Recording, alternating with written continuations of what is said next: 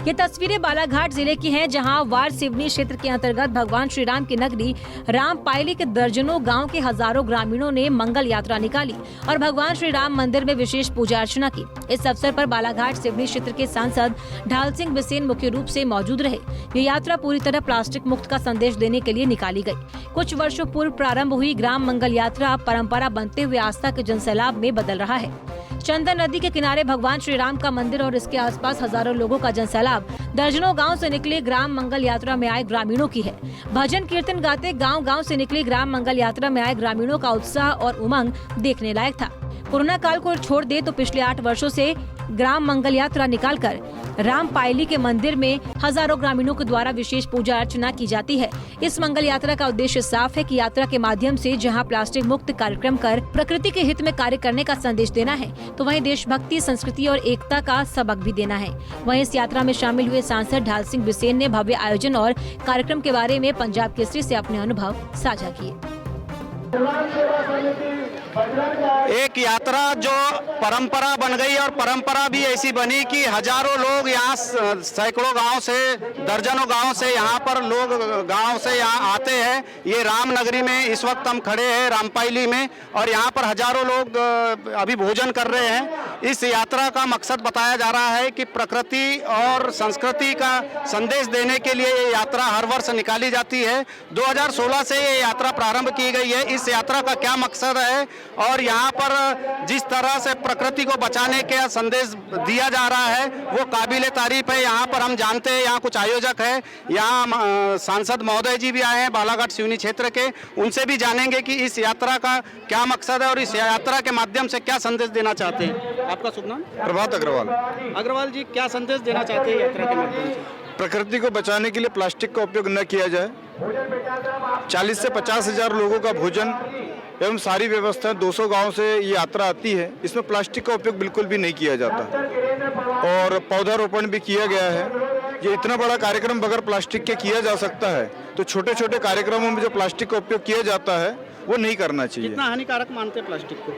Plastic तो देखिए, मैं सत्य साई ऑर्गेनाइजेशन का जिला अध्यक्ष हूँ और जैसे ये पिछले 2016 से ग्राम मंगल पद यात्रा गाँव को जोड़ने के साथ साथ एक बहुत अच्छा संदेश, प्रकृति को कैसे बचाएं, प्लास्टिक जो कभी नष्ट ही नहीं होता।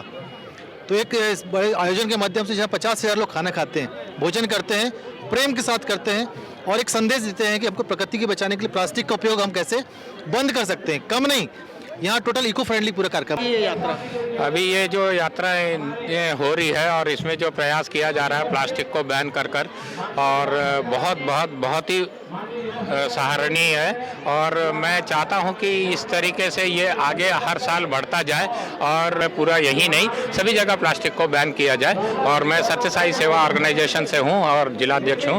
यहाँ पे हम लोग आज भोजन का सेवा की है। जी। कुछ भोजन में किस तरह भोजन करवाते हैं? हम लोग भोजन में पूरे पत्तल में खिलवा रहे हैं, कोई प्लास्टिक का उपयोग नहीं कर रहे, स्टील के ग्लास यूज। बात की यहाँ पर, चूंकि सांसद महोदय जी भी उपस्थित है, उनसे भी हम जानना चाहेंगे कि वो भी इस यात्रा में शामिल हुए, उनका क्या अनुभव रहा, ये भी हम जानना चाहेंगे सांसद महोदय जी से। महोदय जी, आप इस यात्रा में पहली बार शामिल हुए हैं। इतने विशाल यात्रा में बिना किसी परेशानी के हो जाना और गांव-गांव से यात्रा निकलना अपने आप में कितना अद्भुत मानते हैं? देखिए, ये बड़ा अद्भुत है और भगवान राम की और हनुमान की कृपा ही कहें।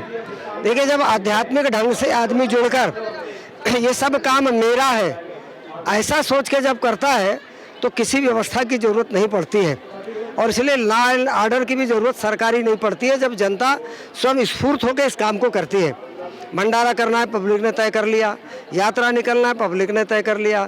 आने जाने वालों का स्वागत करना है तो रामपायली में आप जिस गली से आए होंगे आपने देखा होगा छोटे छोटे बच्चों ने, महिलाओं ने उनके ऊपर फूल बरसाने का काम किया। तो यही तो हमारी संस्कृति की अतिथि देवो भव और इसीलिए ये हमारी संस्कृति पुनः लौट के आए। पर अभी हो क्या रहा है कि हम पाश्चात्य की ओर भाग रहे हैं, हम पूरब के लोग और पूरब के लोग, पश्चिम के लोग पूरब की ओर आ रहे हैं। तो मूल संस्कृति में हम फिर से लौट रहे हैं, ये इसका लक्षण है। और आपको मालूम होगा कि सारे आध्यात्मिक लोगों ने कहे रामकृष्ण परमहंस जी कहें, विवेकानंद जी कहें, ऐसे सारे लोगों ने कहा कि 21वीं सदी भारत, आचार्य श्री राम शर्मा जी ने कहा 21वीं सदी भारत की।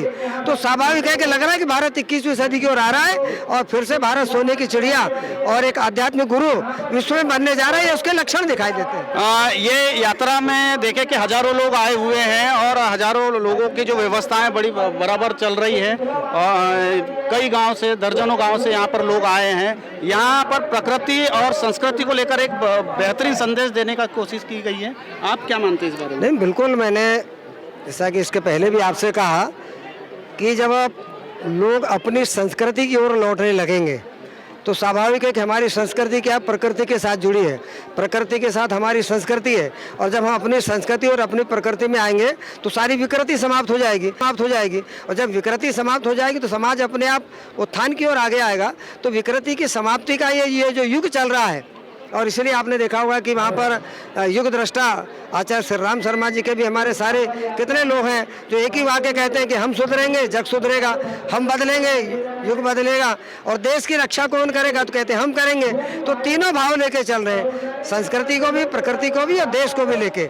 तो मैं तो इसको बहुत अच्छी घड़ी मान के चल रहा हूँ कि जो 21वीं सदी भारत की है वो अपनी आंखों के सामने हम पूरा होते हुए देख रहे हैं। इससे बड़ा हमारा सौभाग्य क्या हो सकता है। जैसा कि यहाँ हमने कुछ लोगों से बात की है, सांसद महोदय से भी बात की है, कुल मिलाकर जो बातें छनकर सामने आई है कि संस्कृति, प्रकृति और राष्ट्रवाद की भावना को लेकर ये ग्राम मंगल यात्रा निकाली जाती है। और यहाँ पर हजारों लोग, हजारों ग्रामीण शामिल होते हैं, अपने विवेक से शामिल होते हैं और ये गांव-गांव से ये यात्रा निकलती है। कहीं ना कहीं ये यात्रा जो है आने वाली पीढ़ी के लिए एक लाभदायक और प्रेरणादायक यात्रा भी बनते जा रही है। यकीनन इस यात्रा से जो है आने वाली पीढ़ी पर भी खासा प्रभाव पड़ेगा और प्लास्टिक मुक्त भारत का जो संकल्प है वो इस यात्रा के माध्यम से कहीं ना कहीं पूरा होता दिखाई भी दे रहा है। इस यात्रा का जो मूल उद्देश्य है प्रकृति और संस्कृति, उसको बचाना और उसको बचाने का जो एक अहम संदेश है वो बराबर ये दे रही है। तो कहीं ना कहीं आने वाली पीढ़ी पर इसका खासा प्रभाव भी पड़ेगा। बालाघाट से पंजाब केसरी टीवी के लिए कैमरा पर्सन राहुल टेमरे के साथ हरीश लिल्लारे। हमसे जुड़े रहने के लिए हमारे YouTube चैनल को सब्सक्राइब करें और नई वीडियो की नोटिफिकेशन के लिए बेल आइकॉन को दबाएं। अगर आप ये वीडियो Facebook पर देख रहे हैं तो लाइक जरूर करें और ज्यादा से ज्यादा शेयर करें। धन्यवाद।